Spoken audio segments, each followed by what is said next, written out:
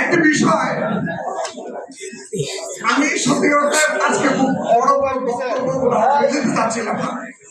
আমার অনেক গুরুজন, আমার সমবয়সী, আমার ছোট বড় অনেক অনেক বক্তব্য দিয়েছে, অনেক সময় গেছে, বলার মতো কিছু নেই। তবে একটি কথা শুধু আমি আনতে চাই প্রাসঙ্গিক ভাবে, আমাদের ৭ দফা দাবি, যে কথাটা বারংবার বারংবার বলে এসেছি,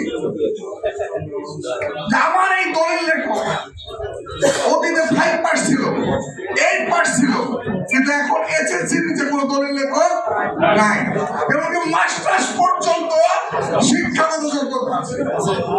এমন কোন গ্রাম, এমন কোন শহর নেই যেখানে দলের লেখক ছাড়া একটা জমির শারীরিক ফয়সালা হয়।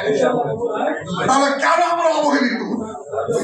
যেখানে গভর্নমেন্ট লক্ষ লক্ষ টাকা পার্সেন্টেজ আদায় করে, আমাদের পারিশ্রমিক কেন পার্সেন্টেজে নেই?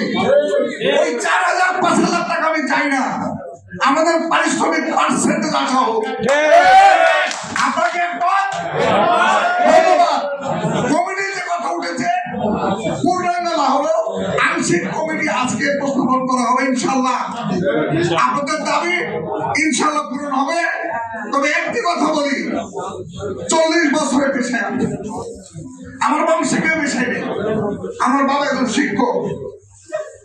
আমি এই পেশায় আসার পরে এই সংগঠনে প্রথম পারা কি আমার শ্রদ্ধ এলআই বক্স মন্ডলের মাধ্যমে উনি আমাকে প্রথম ঢাকায় আনেন এই সংগঠনে।